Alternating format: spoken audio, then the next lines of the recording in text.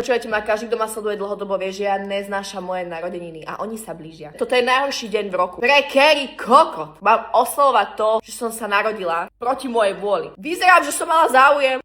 To je drzosť. Po druhé, starnem. Viete, koľko budem mať rokov? Kámo, chod si sadnúť. 24. Ja nemám na toto stavanú mentalitu, však vy viete, však vidíš na mne, že som blinknutá. Duševne mám tak 80. V gebuli nevyvinuté. Že mi tu deti vykajú. A zrazu budem mať 24 a je čas byť pregnant. Zobrať, že budúci rok mám 25 a hell the fuck.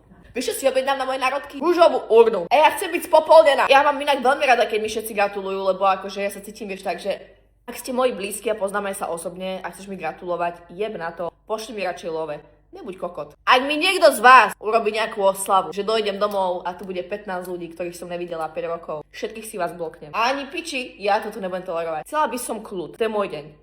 Nehaj ma tak. Strašne by som chcela mať billboard. Počúvaj, chcela by som ísť autom a videla by som billboard, že Nina, you the baddest bitch, všetko najlepšie. Prečo by to nikto nikdy nespravil? Ste mi zač... Nikto nikdy nespravil môj billboard. Chcela som jebať, ja som aj kedysi chcela billboard, tak mi nikto nedal billboard.